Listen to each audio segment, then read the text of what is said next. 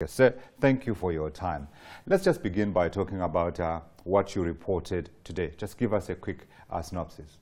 Well, firstly, we captured employment figures in general in the labor market statistics, which indicate that unemployment in the first quarter of 2018 remains unchanged as it was in the last quarter of 2017, sitting at 26.7%. And as you will know, that the official definition of unemployment in South Africa is the narrow definition, which becomes the headline number. Yes. The second issue is we have seen of people of working age. The Labor Relations Act allows people of ages 15 to 64 to be employed or to look for employment.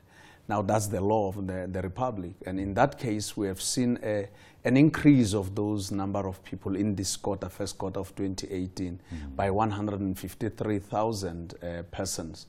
And of course, we have also observed that there was an increase of the number of people that were employed by about 206,000 persons. And also the number of people that are unemployed by about 100,000 persons. Right. So that's what we have released today. Okay. Let's just delve into those numbers in terms of the sectors in the economy. Where are you seeing the biggest stresses, and where are you seeing what appear to be ability to take on more workers? We have seen in services, government and services, which is social services, it accounted for an increase of 95,000 jobs. We have seen also in manufacturing 58,000 jobs.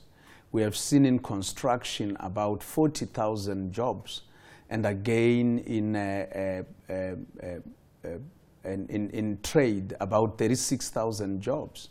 Then the losses were largely registered in transport, where in transport we lost about 41,000 jobs. Which is interesting, because you consider all these sectors are, of course, intertwined, and you'd imagine perhaps the pickup that you are seeing in the other sectors would have reflected in the other sectors, but that didn't happen. Not necessarily.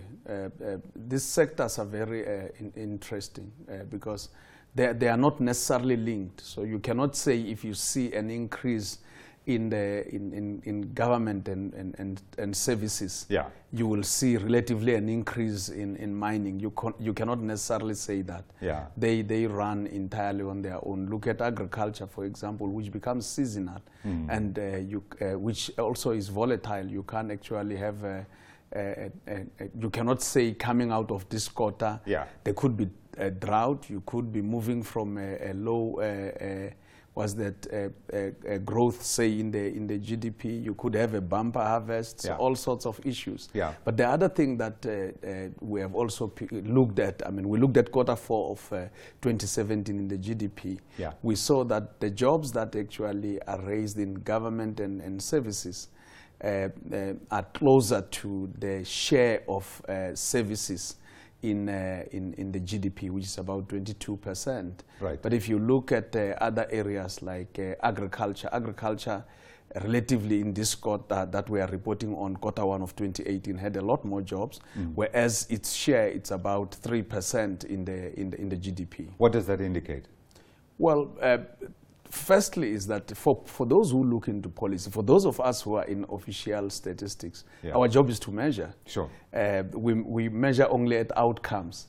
If we start speculating what we would want to see. Extrapolate. No. If the moment we start doing that, we are creating a situation where the day that the numbers do not confirm what we have already predicted on or started advising policymakers on, when they don't confirm that, we will not release the numbers. So our job is to always make the numbers available.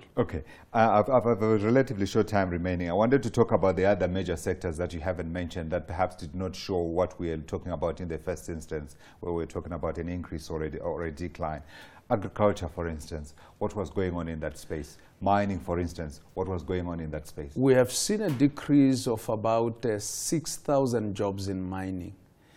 We have seen a decrease of about 3,000 jobs in agriculture. But generally, you expect that in all in those areas, utilities. Because you're coming off from the end of the previous year. Well, you cannot necessarily say there are so many. I mean, look at mining, for example. If a mine decides to shed some jobs for whatever reason, you cannot say because you're coming from this environment. No, the point I'm making is that when you are coming off from the end of the previous year, we know normally mines close towards the end of the previous year. That is the calendar year. And when they begin the new year, obviously some people don't come back to work sometimes. Not necessarily the case. I mean, these are places where people go looking for employment because you hire your unskilled and semi-skilled people. So but it's not necessarily based on that. It's got a lot of activities that are happening in there. Right. Yeah. But there was another issue that we also picked up, which in the little time that we are having. The whole issue of youth unemployment. We have picked up that youth unemployment, even in relation to their levels of education, remains relatively higher than the other ages. Where are we standing? We are sitting at about, for those aged 15 to 24, we are sitting at about 53% of unemployment.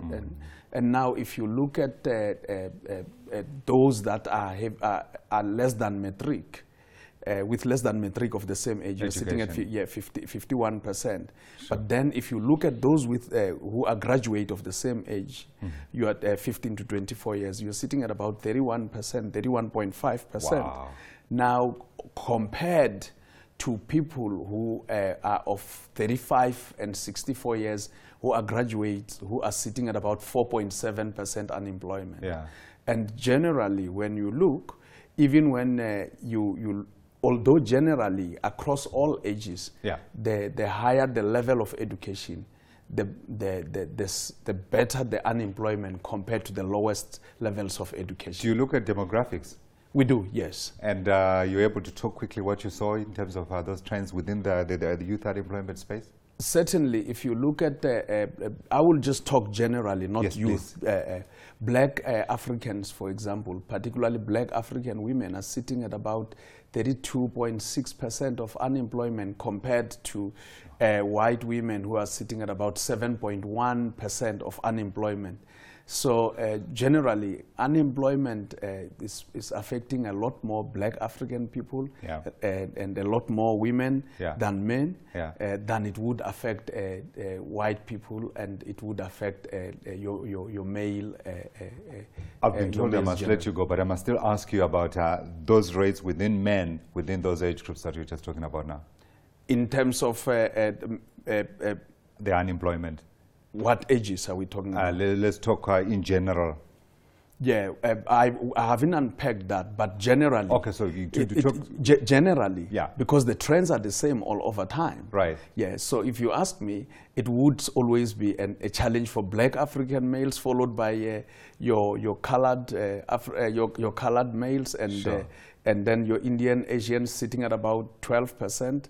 And because generally your unemployment for males, black African males, is sitting at about 28%, for coloreds about 23, 24%, and your Indian Asians about 11, 12%, and for your whites it's sitting at about 7 to 9%.